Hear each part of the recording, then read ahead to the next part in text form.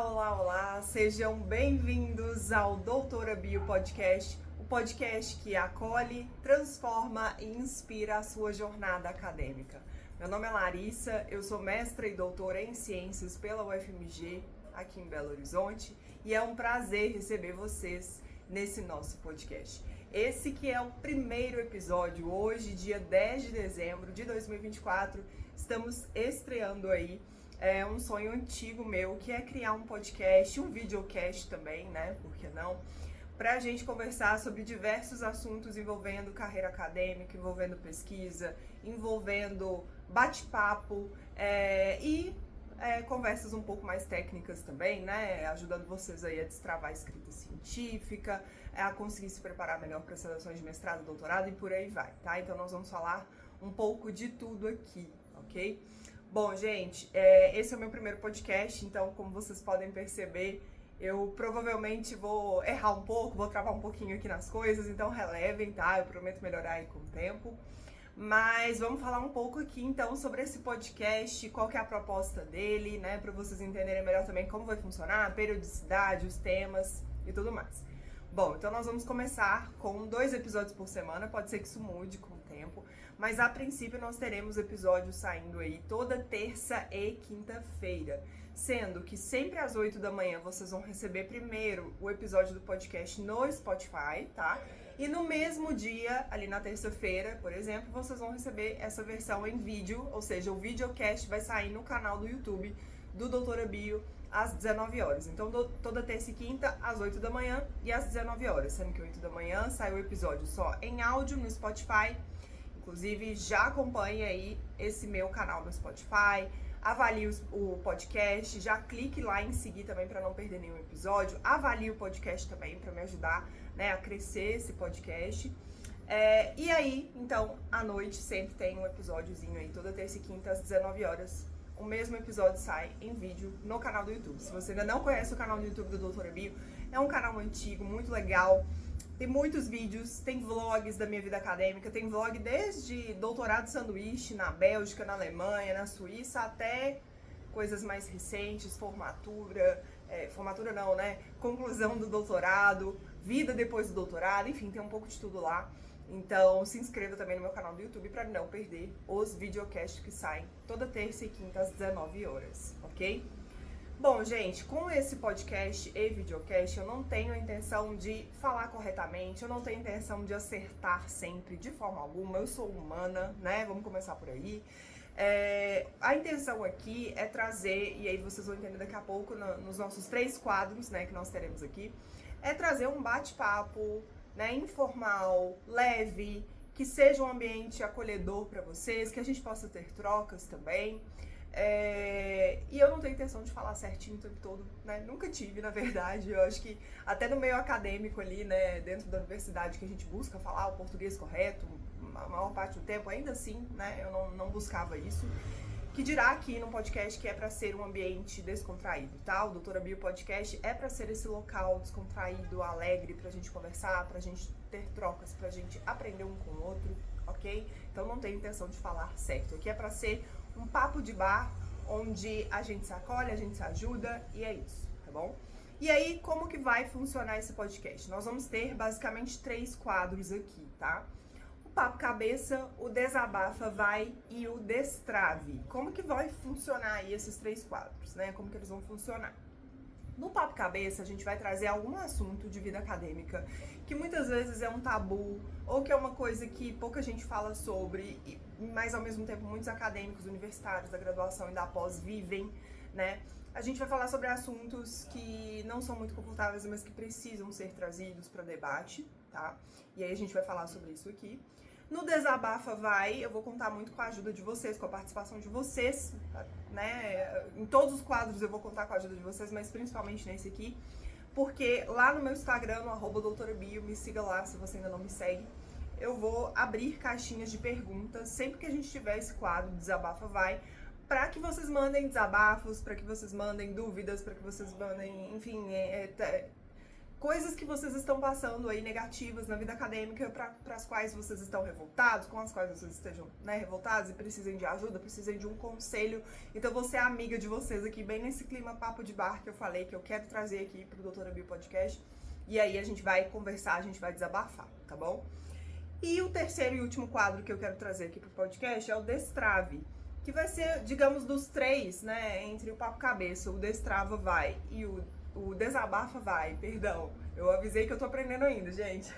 Entre o papo cabeça, o Desabafa vai e o Destrave vai ser, digamos, o mais técnico. Porque nele eu vou abrir caixinhas de pergunta também lá no Instagram.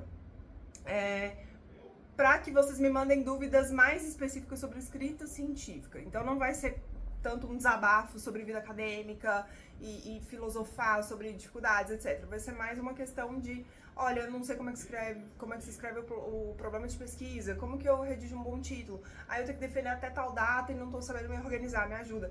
Então, o Destrave vai ser, desses três quadros, o mais técnico aqui, onde eu vou tentar ajudar vocês com algo mais direcionado para a escrita científica, uma dúvida mais técnica, para seleções de mestrado e doutorado no Brasil e no exterior, enfim.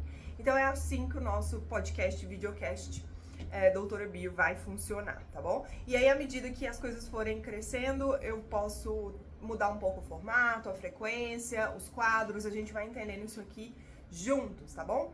Então, antes da gente começar, vou reforçar aqui, não se esqueça de me seguir no Spotify, de avaliar esse podcast com 5 estrelas no Spotify para me ajudar a crescer, tá bom? No Spotify também.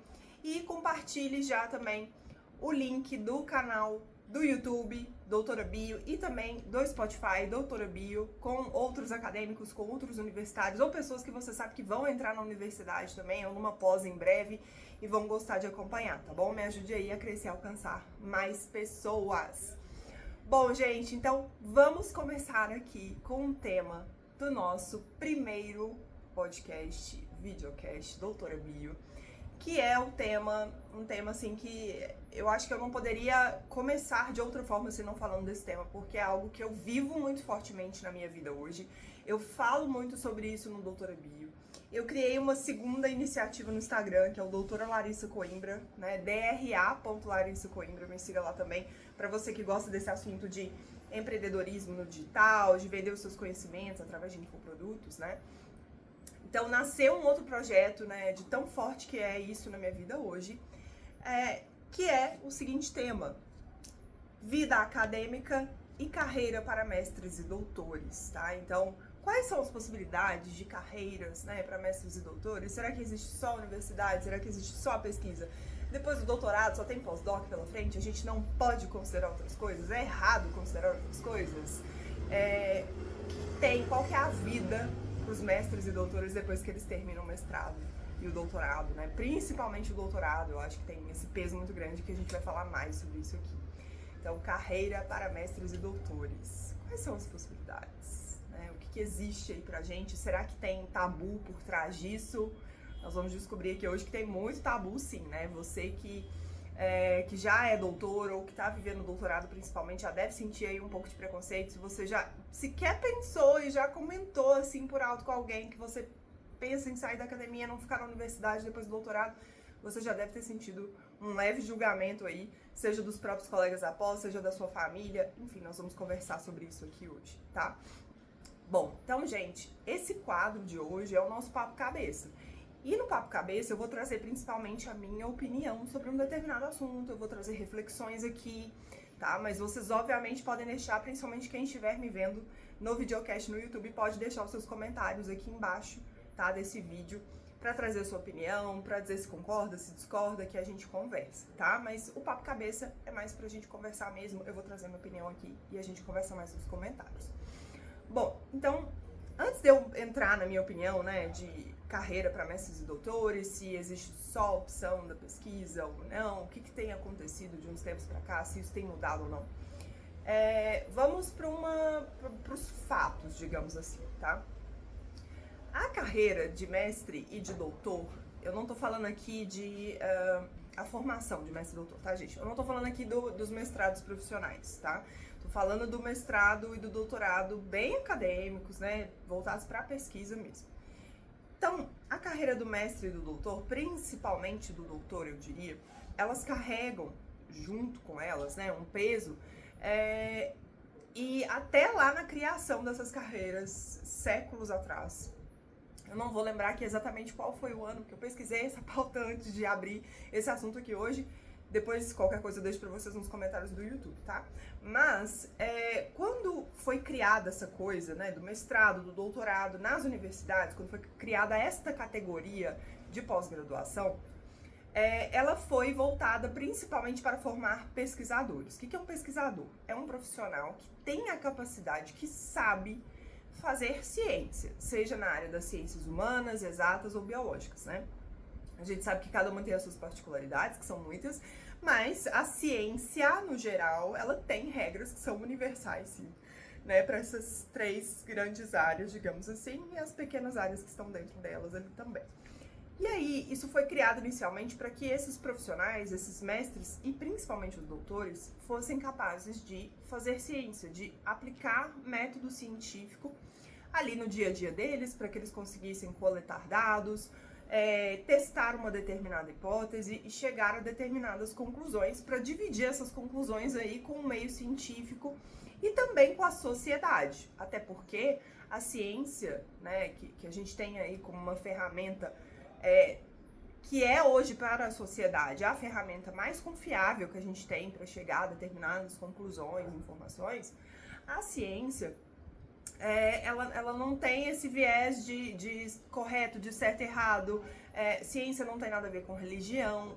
Assim, a gente tem pesquisas assim, que, né, envolvem a religião, que mostram os efeitos que a religião pode trazer, podem trazer, né, podem acontecer ali no ser humano, em questão de fisiologia, de comportamento, né, mas o que eu tô dizendo é que os métodos que a religião, né, traz para si ali, não tem nada a ver com o que a ciência considera como a base para ela funcionar, que é o método científico, né, a religião não considera o método científico para nada ali, assim como várias outras vertentes, né, gente, astrologia, por exemplo, não leva em consideração a ciência, o método científico.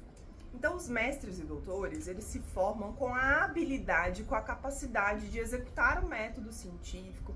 Eles publicam seu trabalho em revistas que levam a revisão por pares em consideração. Essa é uma das outras várias regras da ciência, do método científico. Se você quiser publicar os seus dados e compartilhar eles com a comunidade científica, com a sociedade, né, você tem que levar isso em consideração.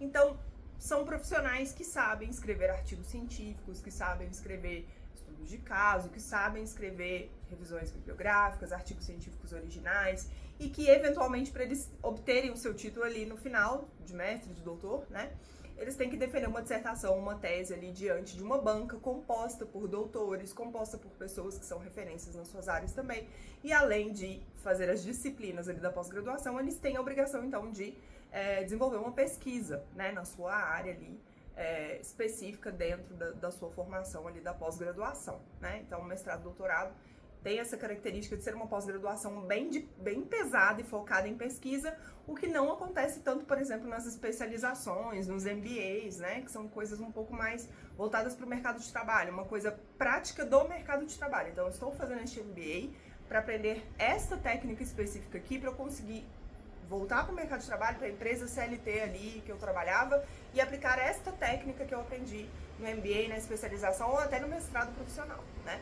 O mestrado e o doutorado não, eles geralmente formam pesquisadores, principalmente o doutorado, ele capacita também esses futuros doutores para serem professores universitários. Então, durante o doutorado a gente tem que fazer estágios, né, dando aula ali para graduação, às vezes até para pós-graduação também, né, para que nós estejamos capacitados ali até o final do doutorado a dar aulas para graduação, para pós, né, enquanto doutores.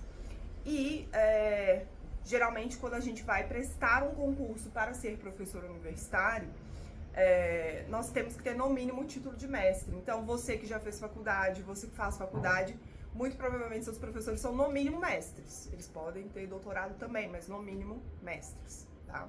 Então, a carreira, né, do mestre e do doutor, ela foi criada originalmente, muitos séculos atrás, como eu falei aqui, com este objetivo inicial. Ó, Estamos formando exclusivamente pesquisadores para permanecer dentro do ambiente da pesquisa científica, dentro de universidades ou de instituições que desenvolvam pesquisas científicas, tá? Não necessariamente uma universidade privada, pública, pode ser uma instituição só focada em pesquisa, mas que não é uma universidade, tá?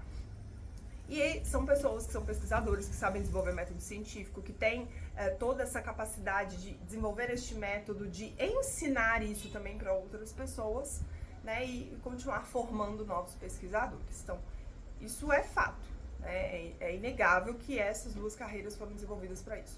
Só que com o tempo, foi surgindo o mestrado profissional, surgiram os MBAs, e com o tempo também, né, que são carreiras aí, como eu falei, são formações, titulações, onde as pessoas estão mais focadas no mercado de trabalho de CLT ali e tudo mais. Mas com o tempo, além disso, além do MBA, da especialização, os mestres e doutores começaram a visar outras alternativas, outras carreiras, que não apenas vou terminar, principalmente os doutores, tá? Que não apenas vou terminar o meu doutorado e vou continuar nessa universidade, vou fazer um pós-doutorado, 2 pós-doutorados, 3, até eu passar no concurso para professor universitário. Não apenas vou continuar aqui publicando mais 2, 3 artigos e enchendo o meu currículo de artigos enquanto eu não passo num concurso, enquanto eu não viro professor adjunto da universidade tal. Então, os pesquisadores começaram a procurar outros cenários, né? E como eu falei, gente, nesse quadro Papo Cabeça, eu vou trazer principalmente a minha opinião, mas você pode trazer qual foi a sua vivência aqui nos comentários, no videocast do YouTube também, tá? Mas, a meu ver, e também muito com base nos depoimentos que eu recebo no direct do Instagram, né? Eu já tô no Instagram há mais de 5 anos, com mais de 88 mil seguidores aqui no momento que eu tô gravando esse podcast.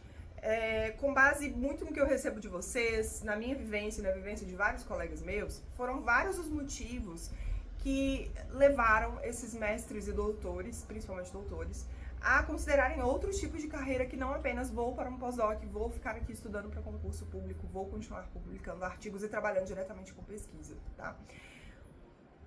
Existe sempre o setor privado, né? Eu vejo muito, assim, principalmente o cientista de dados sendo um profissional muito interessante para o setor privado. Então, empresas contratando na CLT pessoas que têm mestrado, doutorado e experiência em ciência de dados. Então, não é algo muito comum, porque o mestre e o doutor são mão de obras caras, né? Você tem que pagar X% a mais, geralmente, quando você vai contratar um mestre ou um doutor. Então, digamos que as empresas que estão sempre visando lucro, elas não vão, né, priorizar mestres e doutores sempre, não vão ter um grande número de mestres e doutores contratados ali para não, né, sufocar o orçamento delas ali de contratação. Mas ainda assim, existem empresas, assim, como, por exemplo, as que contratam cientista de dados, tá? Mas existem outros cargos também, que podem visar esse tipo de contratação. Então, sim, existe uma absorção no mercado privado, mas, gente, vou falar que é muito pequena. Com base em tudo isso que eu falei aqui agora, minha experiência de colegas, de centenas de seguidores, é muito comum, inclusive, o mestre e o doutor, quando ele vai procurar trabalho na CLT, seja temporário, seja, enfim, fixo, ele esconder, inclusive, no currículo que ele tem mestrado e doutorado, justamente para o empregador não olhar para aquele título e assustar, sabe? Tipo, ai, nossa, eu vou ter que pagar mais, então não, eu vou preferir contratar o fulano ou a ciclana que não tem esse título a mais, às vezes tem a mesma experiência ali e vai me custar mais barato. Então, essa é uma questão já por si só, porque, querendo ou não, gente, pra uma pessoa passar pela graduação, pelo mestrado e pelo doutorado, geralmente ela ficou ali 10, 11, 12, às vezes até mais tempo, né? 10, 11, 12 anos, ou mais tempo na faculdade para obter aquele título. E é natural, né, esperado que uma pessoa que ficou tanto tempo ali na universidade se capacitando para ser referência naquela área de pesquisa, que ela busque uma valorização em cima desse título, concorda? Ou você se forma esperando ficar desempregado? Ninguém se forma esperando ficar desempregado, né, gente? Vamos combinar. Que dirá uma pessoa que, além de se formar, faz mestrado e doutorado. Mestrado e doutorado, aí, pra você que tá me ouvindo e não conhece muito desse meio acadêmico, são no mínimo 6 anos, tá? Se você emendar um no outro, assim, no mínimo mais 6 anos que você fica na faculdade. Então, é complicada essa situação de você se formar e aí se você quer, se não é uma opção para você continuar na pesquisa, fazer um pós-doc e tudo mais, e você quer considerar procurar um emprego no ramo privado, existem muitas restrições, como eu falei aqui, né? Então isso já é uma decepção, digamos assim, do mestre e do doutor que quer ali uma outra carreira, e isso já começa a acender uma luzinha ali dentro da cabeça dele, ele pensa, nossa, não tem tantas opções assim para mim quanto eu imaginava, sabe? Eu não sou um grande profissional só pelo puro e simples fato de eu ter mestrado e doutorado, sabe? Ou de eu ter mestrado. Ninguém vai ficar brigando por mim ali no mercado de trabalho por eu ter esses dois títulos. Então, isso já vai te acendendo várias coisas e você já vai pensando, nossa, calma, não é bem por aí, eu tenho que ter outros planos, eu tenho que pensar em outras coisas. A gente tem também a problemática, né, que leva os mestres e doutores a considerarem outros caminhos, a problemática de concursos públicos para vaga de professor universitário. Aquele adjunto mesmo, tá, gente? Não tô falando professor substituto, trabalho temporário, não tô falando nada disso. Tô falando de cargos efetivos, que você vai ficar muitos anos neles, que você vai ter um plano de carreira, que você vai ter um salário legal, substancial, muitos benefícios. Esse tipo de cargo é raro, né, de se abrir vagas, porque o que acontece? Quando você faz um doutorado, por exemplo, você não faz um doutorado em direito, você faz um doutorado em direito civil, e às vezes com mais uma especialização ainda. Eu, por exemplo, eu fiz licenciatura em ciências biológicas, né? Eu fiz doutorado em zoologia, ou seja, se aparecesse uma vaga para a qual eu tivesse interesse para me tornar professora universitária, ela teria que ser de professora de zoologia na universidade. Então, de todo o quadro de disciplinas que você tem na graduação em ciências biológicas, eu poderia ser professora de zoologia. Quer dizer que se aparecesse um concurso na área de ecologia, eu não poderia tentar? Poderia, porque é uma área correlata, mas mesmo assim, as comissões, né, de concurso público tendem a aceitar, inclusive a avaliar mais alto as pessoas que têm exatamente aquela área ali na formação dela, na pós-graduação dela, no currículo, ao invés da pessoa que tem a área correlata ali, como seria esse exemplo fictício que eu dei aqui, tá? Então, os concursos são raros, de vagas efetivas mesmo, são muito raras. Isso porque o professor universitário, ele, de forma clássica, ele geralmente fica muitos anos dando aula. Você que já fez faculdade aí, pensa aí no professor mais velho com quem você já teve aula. É muito comum um professor pesquisador ali de universidade, né, que dá as suas aulas na graduação, na pós-graduação, que orienta alunos de TCC, de mestrado, de doutorado, ele ficar trabalhando até os 70, 80 anos tranquilamente. E muitas vezes, por isso, fazer parte mesmo da cultura ali, né, de ser professor, de gostar de dar aula, de ser pesquisador, de muitas vezes o aluno gostar muito daquele professor e pedir para ele não aposentar, para continuar orientando. Então, a pessoa fica inserida neste meio por muitas décadas, ela continua produzindo artigos científicos, né? Não é muito fácil depois que você entra nesse meio, você sair dele também, às vezes, né? Isso é papo para outro dia, mas é difícil, não é uma vaga que tem muita rotatividade. E aí, quando tem, é natural que existam muitos mestres e doutores tentando essa única vaga. Então, vagou uma vaga para professor de Direito Constitucional na UENG de Divinópolis, só que já tinha, sei lá, 10 anos que não abria essa vaga para professor adjunto, que o salário inicial é R$8.000, já tinha 10 anos que não tinha uma vaga para Direito Constitucional, para professor de Direito Constitucional nessa universidade. É natural que todo mundo de Minas que tenha mestrado ou doutorado em Direito Constitucional vá brigar por essa vaga. Larissa, mas você não tem aí 20 mil doutores nessa área. Você não vai ter, provavelmente, né? Mas, ainda assim, a gente teve um boom de formação de mestres e doutores, né, nos últimos 10, 15 anos no Brasil. Não lembro exatamente a porcentagem agora, mas houve um crescimento absurdo nos últimos 20 anos, 20, 30 anos, principalmente, né, na formação de mestres e doutores no país. Então, naturalmente, a gente tem o quê? Um volume de mestres e doutores grande aí se formando, e a quantidade de vagas não está acompanhando. Por quê? A gente continua tendo uma baixa rotatividade nas vagas de professor universitário, como eu expliquei aqui. O professor universitário, ele fica ali na vaga dele por décadas, sabe, trabalhando. Não só por uma questão de aposentadoria também, que tem que ser observado, obviamente, mas por uma questão de gostar mesmo de ser da cultura desse tipo de carreira acadêmica, universitária, do pesquisador, de ficar muito tempo ali, como eu falei aqui, tá? Então, a rotatividade é baixa, Não temos muitas universidades novas sendo criadas para abrir muito mais vagas. Então a gente está com essa disparidade aí. Muitos mestres e doutores se formando. Muitos governos nas últimas décadas que estimularam a criação de mais vagas para mestres e doutores. Então tem muito mestre e doutor, muito mais do que tinha 20, 10 anos atrás. Mas, ao mesmo tempo, não temos muitas universidades mais, centros técnicos, tecnológicos de pesquisa sendo criados para acompanhar essa demanda. Resultado, quando surgem vagas, quando surgem boas vagas aí em concursos públicos, a gente tem ali 100, 150, 200 doutores concorrendo por uma única vaga desse professor de Direito Constitucional lá na UENG, em Divinópolis, Minas Gerais, entende? Então, eu não sei vocês, mas é de dar um tremorzinho na espinha saber que você está concorrendo com mais 100 doutores por uma única vaga. Não é como se você estivesse concorrendo com 1000 pessoas despreparadas. Você está concorrendo com menos, só que são 100 pessoas com doutorado, extremamente capazes, dedicadas, estudiosas, que são referências ali, que também fizeram doutorado na mesma área que você e que sabem da escassez de vagas que tem em concurso público, sabem dessa disparidade que eu acabei de citar aqui e que vão dar o sangue para conseguir uma vaga. E aí, gente, a matemática não fecha. Por quê? Você termina o seu mestrado ou o seu doutorado ali com 30, 31, 32, 33, às vezes mais, é claro, depende do seu momento aí.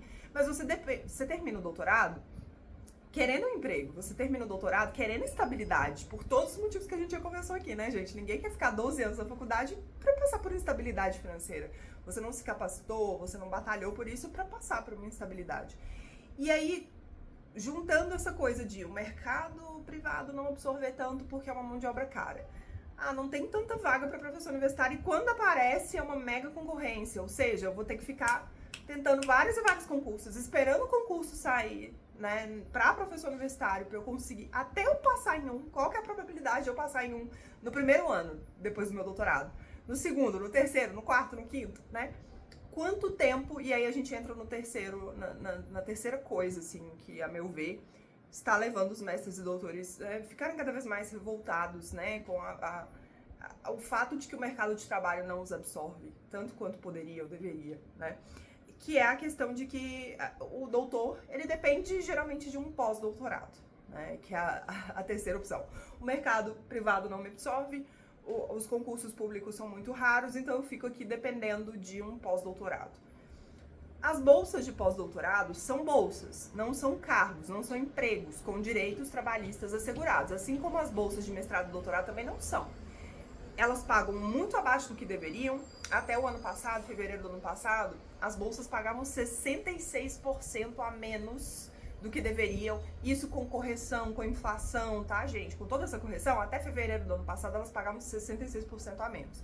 E aí, em fevereiro do ano passado, março de 2023, houve uma correção, mas mesmo assim eles não corrigiram para os 66% que eles deveriam. Se eu não me engano, houve uma correção de uns 40%, sabe? Então, mestrando e doutorando recebe bolsa, mas não é visto como um empregado, como um trabalhador. Ele não tem os direitos trabalhistas assegurados, como, por exemplo, 13º, férias remuneradas, nada disso, tá? Esses anos que você está ali no mestrado e no doutorado, por você ser bolsista e não trabalhador CLT, eles não contam como contribuição, então você não pode usar todos esses 6 anos, no mínimo, que é o mestrado e o doutorado, às vezes até mais se você conta com a iniciação científica na graduação, você não pode usar todos esses anos como uma contribuição para previdência, por exemplo, para a pública, a não ser que você pague uma previdência privada, que foi o que minha mãe fez para mim ali desde os meus 18 anos, ainda bem que ela fez isso e que a gente tinha condições para isso, porque eu sei que muita gente não tem, infelizmente, porque se você for contar com a previdência pública, mestrado e doutorado não conta atualmente como uma contribuição. Então não conta como contribuição, não tem direito trabalhista, o pós-doc é a mesma coisa, você recebe muito abaixo do que deveria, de acordo com essas correções monetárias que eu falei aqui, de inflação e tudo mais. E não é um emprego, é uma bolsa. O que acontece com a bolsa? A bolsa, geralmente, ela dura, quando é um pós-doc, ela dura 1 ano. 1 ano e meio ou 2 no máximo, tá? E aí tem uma possibilidade de renovação. Só que a gente tem um volume de bolsas de pós-doc muito menor no Brasil disponíveis do que a gente tem, por exemplo, de bolsas de mestrado e doutorado, tá? Não tem tanta bolsa de pós-doc disponível assim, não. É muito comum, inclusive, programas de pós-graduação formarem doutores, terem 15 bolsas de doutorado disponível. Aí você forma, sei lá, desses 15 doutorandos que estavam ali, você concede a defesa ali para 4, 5 que defenderam e foram aprovados. Aí esses 4, 5 que foram aprovados, não tem bolsa para nenhum deles, ou no máximo para um deles. Isso é muito comum, tá? As bolsas de pós-doc são muito raras.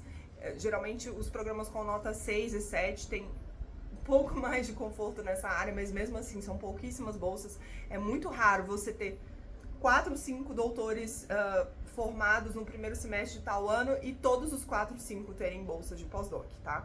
E mesmo aqueles que têm, como eu falei, não têm direitos trabalhistas assegurados, eles recebem abaixo do que deveriam, com todas as correções monetárias feitas e tudo mais, tá bom? Poder de compra sendo considerado, recebem abaixo do que poderiam e deveriam receber, e não é visto como um cargo de trabalho, de fato, você é um bolsista.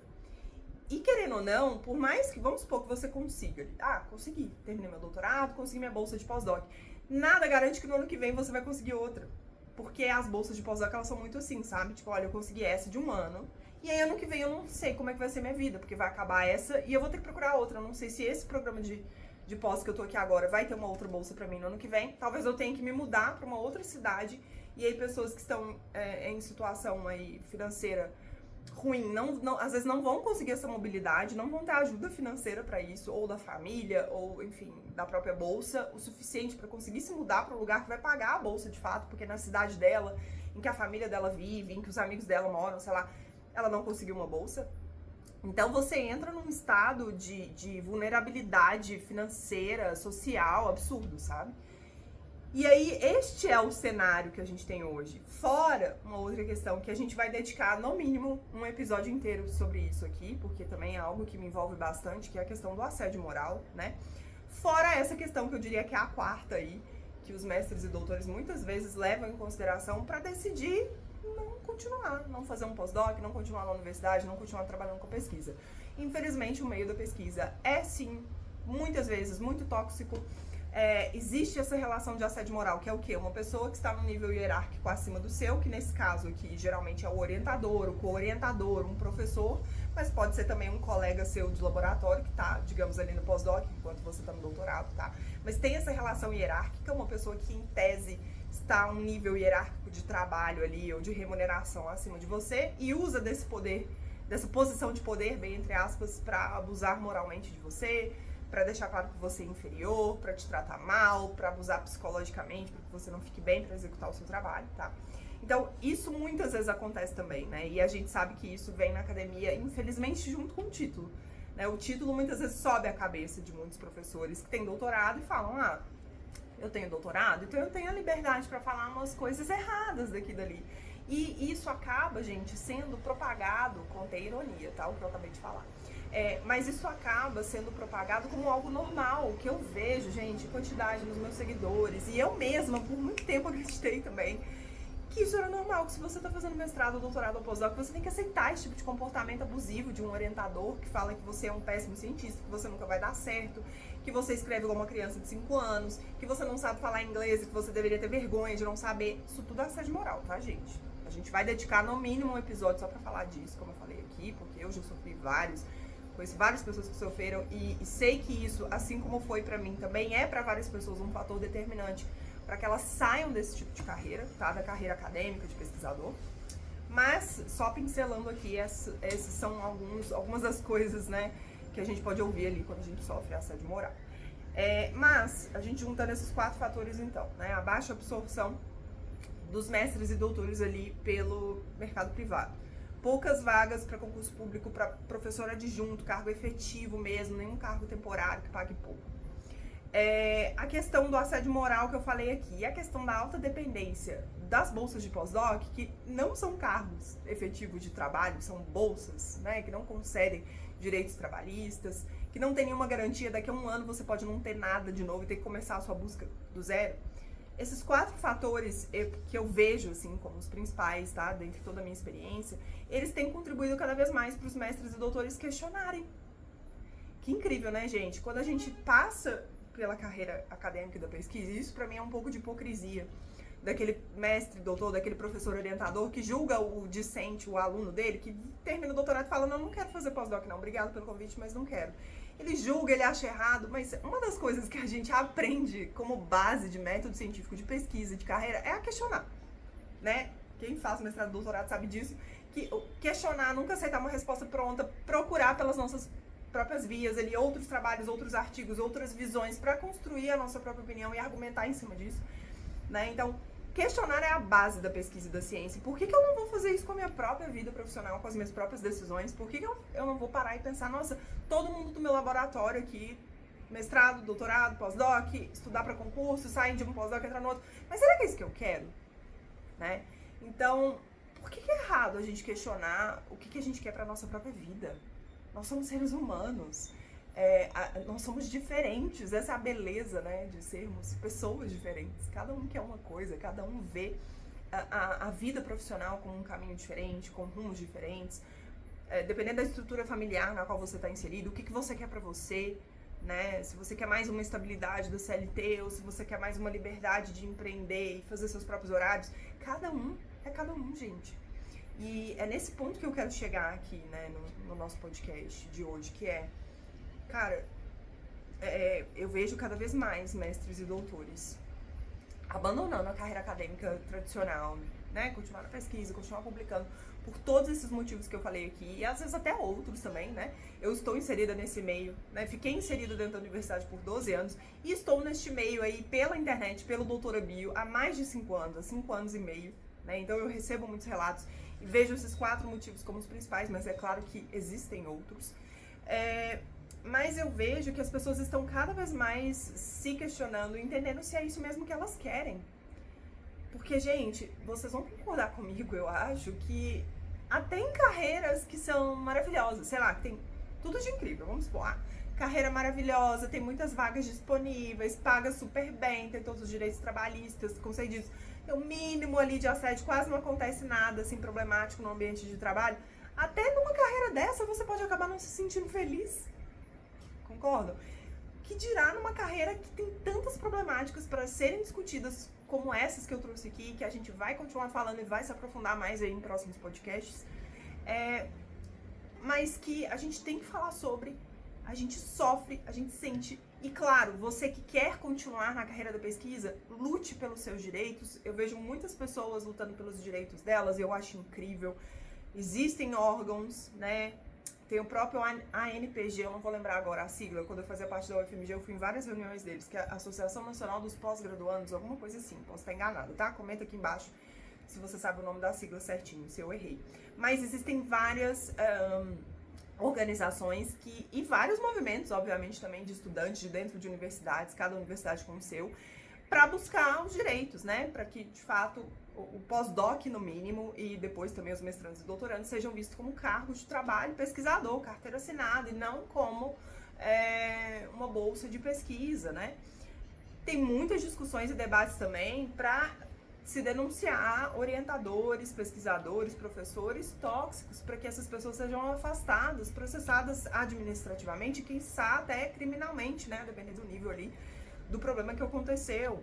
É cobrado também, o governo é muito cobrado para que se criem mais universidades ou mais oportunidades no mercado de trabalho que absorvam esses mestres e doutores, porque é muito fácil querer estimular. Faça um mestrado, faça um doutorado, vamos enfiar mais bolsas nas universidades. Mas aí enfiaram mais bolsas, mais pessoas fizeram mestrado e doutorado, mas aí sai do mestrado e doutorado, não tem emprego para todo mundo, não tem emprego para a maioria, eu diria hoje, né? Então, a gente tem que conversar e pensar nessas coisas. E você que hoje está fazendo mestrado ou doutorado, a minha maior dica para você é: pense fora da caixinha, pense fora da sua bolha. A bolha acadêmica, gente, ela muitas vezes é uma bolha de aço. Eu falo muito isso no Doutora Bio. Ela é uma bolha de aço porque é muito essa coisa da rotina de preciso escrever um artigo, terminei um artigo, já tem um próximo, saí de um congresso, já tem que pensar no outro, já dei uma aula aqui para conseguir crédito, já tem que pensar na próxima. Existe muito essa cobrança por volume, não necessariamente qualidade também de publicações. Existe muito essa cobrança de perfeição, de ter o melhor currículo. Então basicamente, você raramente tem tempo para pensar se é isso mesmo que você quer, porque você está sempre sendo cobrado, sempre sendo exigido, e muitas vezes em cima dessas condições precaríssimas de trabalho que eu citei aqui, de receber pouco, de viver assédio moral e não ter direito trabalhista. Então, além de você ser muito cobrado, de ser exigido à perfeição quase, as suas condições de trabalho são horríveis. Então, permita-se respirar e pensar fora dessa bolha às vezes, sabe? Porque eu sei que o ambiente não é propício para isso. A gente é muito cobrado o tempo inteiro para ser sempre o melhor e perfeito, etc. E a gente às vezes nem consegue parar para pensar. No meu caso, eu comecei a pensar e refletir quando a minha mãe faleceu em 2020, uns 2 meses ali antes da pandemia. Ela vinha lutando contra um câncer, né, por 3 anos. Infelizmente, ela parou de responder os tratamentos, um câncer de mama, e ela faleceu. E aí, 2 meses depois veio a pandemia. E eu falo com total clareza que 2020 foi o pior ano da minha vida, porque eu perdi a pessoa que eu mais amava, a pessoa que era minha base na vida pra absolutamente tudo. E 2 meses depois estourou a pandemia e eu fiquei isolada, né, de tudo e de todos. Então, nessa época, e aí foi a minha experiência, tá? Você que já viveu um luto de uma pessoa próxima, principalmente durante a pós-graduação, que é um momento tão complexo, difícil e exigente, como eu falei aqui, né? Viver um luto nessa época, então, eu acho que é ainda mais complicado. Você que viveu isso também pode comentar aqui embaixo como foi a sua experiência.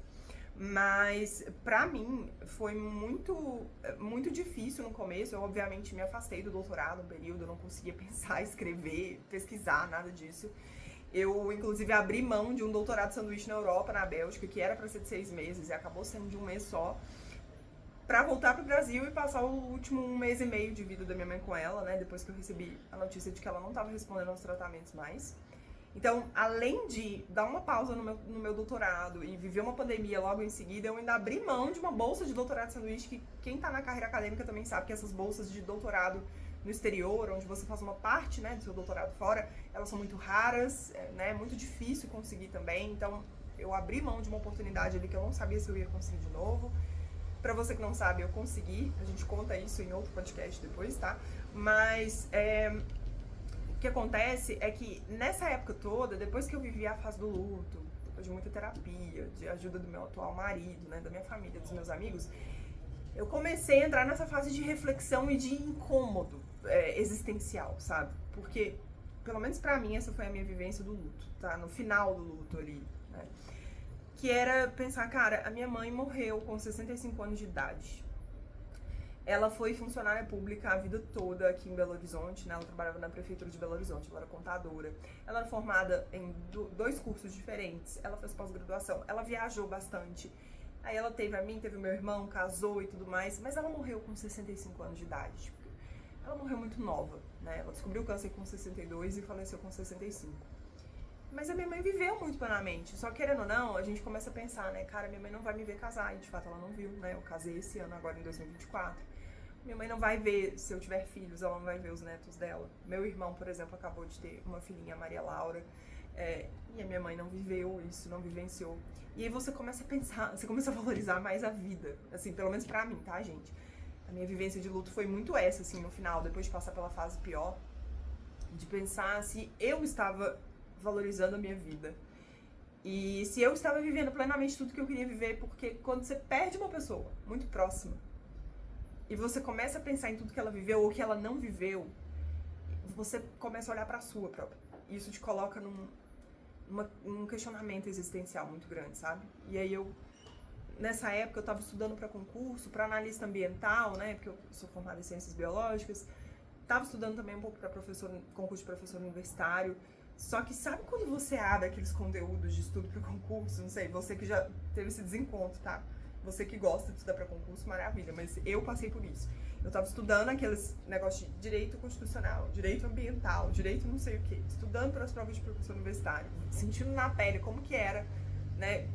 Tentei um concurso lá na época para zoologia também, nível mestrado, e vendo que tinha 150 doutores junto comigo numa sala para uma prova, fazendo uma prova de concurso, e o quão difícil e quanto tempo demoraria provavelmente para eu conseguir passar num concurso de fato, e pensando na vida que eu queria viver, em todas as coisas que eu queria fazer, que eu não queria esperar, e que eu não queria entrar nessa situação de inconsistência financeira, instabilidade financeira, sabe, de ter que depender de outras pessoas enquanto eu não passasse o concurso. Eu queria viver tanto, eu queria fazer tanto, e eu não queria que os meus títulos pelos quais eu tinha batalhado tanto, demorassem tanto pra me dar retorno. Um retorno financeiro. Porque, gente, você pode falar que, vocês podem falar à vontade que amam a carreira da pesquisa. Eu também amava pra caramba, meu olho brilhava, eu achava que eu ia salvar o mundo, melhorar tudo e todos na minha área, e ajudar e contribuir. E eu, de fato, acredito que eu contribuí enquanto eu estive diretamente relacionada com a pesquisa. Só que a gente não vive só de amor pela nossa profissão, gente. A gente precisa botar comida na mesa, a gente precisa tirar a nossa situação de vida ali, de uma vulnerabilidade às vezes que você tá vivendo. Eu tava vivendo vários problemas tensos na minha família também, que eu não podia depender financeiramente, não podia ter ajuda financeira de outras pessoas. O meu marido, atual marido, obviamente me ajudou muito, mas eu precisava construir a minha independência, sabe? A gente pode falar mais disso também em outros episódios. Mas eu me vi numa situação em que a pessoa que me ajudava muito financeiramente, dentre vários outros aspectos, obviamente, que era minha mãe, ela faleceu. Eu não tinha muitas outras pessoas para me ajudar financeiramente. Eu tava ganhando uma bolsa de R$2.200 de doutorado. Eu era totalmente infeliz estudando para concurso. Eu olhava para aquelas coisas que eu pegava para estudar, principalmente os direitos da vida, assim, sabe? Para esses cargos de biólogo, analista ambiental. Eu falava, cara, o que eu tô fazendo aqui? Eu fui num concurso para um professor de zoologia e concorri com 150 pessoas que tem doutorado. O que eu tô fazendo? Quanto tempo eu vou demorar para passar? Isso não é... Será que não existe mais nada, sabe? E aí, nesse questionamento, veio a ideia de empreender no digital. Então eu pensei, cara, com tudo que eu sei, isso foi em 2020 que minha mãe faleceu, né? Mas desde 2019 eu já tinha criado o perfil do Doutora Bio como um hobby. E aí, isso bateu mais forte ali no final de 2020, que foi quando eu falei, gente, eu preciso fazer alguma coisa. Eu não posso ficar esperando passar no concurso, eu não posso ficar esperando uma bolsa de pós-doc, ela acha de um pós-doc que eu nem sei se eu quero fazer. Eu não posso ficar esperando espalhar currículo e esperar alguém no mercado de trabalho me chamar. Eu não posso, eu preciso tomar o meu destino profissional e financeiro nas minhas mãos. Eu não quero ter que ficar dependendo, principalmente enquanto mulher, né? A gente sabe das grandes problemáticas que existem no Brasil, principalmente, mas no mundo todo, né? Acredito. Da mulher depender financeiramente de um homem, né? E às vezes pode ser o pai, pode ser o marido, pode ser o irmão, né? No meu caso, dou graças que eu tenho um marido incrível, mas ainda assim, quantas mulheres no Brasil dependem financeiramente dos seus pais, do irmão, do marido, do amigo, do não sei quem, e acabam se inserindo em situações altamente prejudiciais para elas, acabam, infelizmente, continuando principalmente em relacionamentos muito tóxicos, seja com familiares, seja com parceiro, e acabam sendo vítimas, e acabam pagando até com a própria vida com isso, né, sendo vítimas de feminicídio. Eu tive relações muito tóxicas dentro da minha família, como eu falei, no futuro a gente pode falar mais sobre isso aqui, se eu me sentir mais à vontade para isso, mas eu precisava me livrar principalmente de uma relação muito tóxica da minha família, de uma pessoa da minha família que me ajudava financeiramente, depois que minha mãe faleceu. E todos esses motivos, esses 4 motivos acadêmicos e esse motivo mais pessoal que eu falei aqui, né, da minha família, me levaram a entender que eu precisava assumir esse futuro profissional financeiro nas minhas mãos, para que pelo menos quando eu terminasse meu doutorado eu tivesse no mínimo o valor da bolsa que eu recebia de doutorado para me sustentar. Esse era o meu objetivo. Então lá no final de 2020, começo de 2021, eu comecei a monetizar de fato os meus conhecimentos, né, no Doutora Bio, comecei a vender mentorias acadêmicas, cursos de escrita científica, para monetizar, e deu muito certo. Eu terminei, defendi meu doutorado em fevereiro de 2023 com uma renda até bem maior do que eu achei que eu teria. Uma renda que hoje me permitiu sair de casa, sair daquela situação de vulnerabilidade na qual eu estava inserida com um familiar tóxico, né? E não depender financeiramente dessa pessoa mais, conseguir assumir essa minha vida, né, de independência financeira, que hoje é minha e do meu marido também, que é meu sócio, que trabalha comigo no Doutora Bio, das outras pessoas que trabalham com a gente também, né, aqui nessa minha empresa. Hoje eu ensino, sou professora da minha casa, daqui deste lugar que você tá aí no videocast do YouTube vendo. Trabalho daqui da minha casa, ensinando escrita científica, ajudando outras pessoas a passarem no mestrado, no doutorado, seja no Brasil ou no exterior. Sou plenamente feliz fazendo o que eu faço, sim. Até porque, gente, eu acho que a educação e os títulos, as titulações, sabe? Seja de graduado, especialista, mestre, doutor, o que for, elas têm que libertar a gente de alguma forma. Elas vão ter que aprisionar a gente num sistema. Eu, pelo menos, vejo dessa forma, sabe? A educação tem que libertar. E dizer que você só pode fazer medicina se você for médico numa clínica, pra mim isso não é libertação. E se eu for médico e quiser dar aula numa faculdade de medicina? Um professor de medicina formado em medicina, ele é menos médico do que o que tá lá atuando na clínica, do que o que tá operando todo dia? A pessoa que é formada em culinária, ela é menos cozinheira, confeiteiro, sei lá, se ela decidiu se tornar professor num curso técnico de culinária, do que o que tá lá virando chefe, sous-chefe, abrindo o próprio restaurante? eu não sou menos cientista, não sou menos mestra, menos doutora, menos professora, porque eu ensino da sala de aula da minha casa, né? Porque, no caso, é a minha sala, literalmente. Eu não sou menos doutora porque eu sou empresária. Pelo contrário. A meu ver, na minha própria experiência, com tudo que eu vivi, eu tive a coragem de questionar, e foi muito doloroso, foi muito difícil, não pense que foi fácil. O caminho para se tornar empresário também é muito agridoce, é muito complicado, mas com todos os benefícios que eu tenho de ter a minha liberdade, meus horários, de pagar meu próprio salário, do meu marido, das pessoas que trabalham com a gente, de poder viajar quando eu quero, de trabalhar na minha casa, sabe? De poder ter mais tempo com filhos, quando eu tiver meus filhos, que eu pretendo ter, né, no futuro. E de não estar inserida num sistema que paga pouco, que é muitas vezes tóxico e que foi muito tóxico pra mim, inclusive me deixou sequelas que eu trato até hoje, em terapia, com remédio, enfim. Tudo isso, pra mim, faz os altos e baixos do empreendedorismo, principalmente na internet, que me dá essa liberdade de poder trabalhar de casa, né, compensarem muito. E eu sou muito feliz pela minha decisão. E eu vejo que cada vez mais mestres e doutores têm procurado outras alternativas também, sabe? Muitos na internet, sei que tem muitos mentores acadêmicos aí, né, formados, se formando, trabalhando e experienciando isso para se tornarem cada vez melhores aí. E o meu objetivo, gente, no fim das contas, é que você, né, que queira se formar, que queira fazer especialização, mestrado, doutorado, e que queira usar a educação, seja para continuar dentro desse ambiente de educação, continuar no mestrado, no doutorado, no pós-doc, ou seja, para usar esse título para melhorar as suas condições de vida, das pessoas que você ama, e buscar essa libertação, que eu acredito que é o que a educação tem que fazer, ela tem que trazer libertação pra gente, não nos aprisionar. Eu tô aqui para te ajudar, independentemente do motivo pelo qual você decidiu ingressar na faculdade. Eu não vou te julgar se você quiser continuar ou sair dela, porque eu já fui muito julgada, eu sou muito julgada, inclusive, até hoje. Eu acho que todo mundo que decidir quebrar a roda e sair do que é comum, do que é condicionado, do que é dito como, é assim que tem que ser. É assim que tem que ser mesmo. É sério. Enfim, todo mundo que faz algo que é incomum acaba sendo julgado, né? Mas eu tô aqui trabalhando de forma honesta, de forma com qualidade, acredito eu, estar contribuindo muito com a vida de muitas pessoas, né, através da internet, através dos meus conteúdos gratuitos, através desse podcast agora também, né, que eu tô muito feliz de estrear, assim como também, obviamente, através dos meus serviços pagos, dos meus cursos, das minhas mentorias, e-books, enfim, que são meu ganha-pão. E tanto que disso nasceu a minha segunda iniciativa, que é o doutora.Larissa Coimbra, né, DRA.Larissa Coimbra, que é aquele projeto que eu foco em ensinar outras pessoas que querem empreender no digital, né, que querem vender seus próprios infoprodutos, sejam eles em qual área for, tá? E é isso, gente, eu acho que a gente consegue encerrar, né, esse nosso primeiro podcast aí com essa reflexão, com esse tema de carreira acadêmica, né, o que os mestres e doutores podem ou deveriam fazer. Acho que essa é a minha opinião sobre esse assunto. Você que está me vendo e me ouvindo pelo YouTube, deixa aqui embaixo a sua opinião sobre esse assunto, qual é a sua vivência, o que você pensa sobre isso, tá bom? Sempre comentários com respeito, tá? Comentários desrespeitosos não serão tolerados. E não se esqueça de me seguir no Spotify, avaliar o podcast também. Se inscreva, dê like, comente aqui no vídeo do YouTube também, me ajude a crescer esses nossos canais. Quero voltar a colocar mais tempo no canal do YouTube também. E não se esqueça de compartilhar esse nosso podcast, videocast aqui com outros acadêmicos que possam se interessar, tá?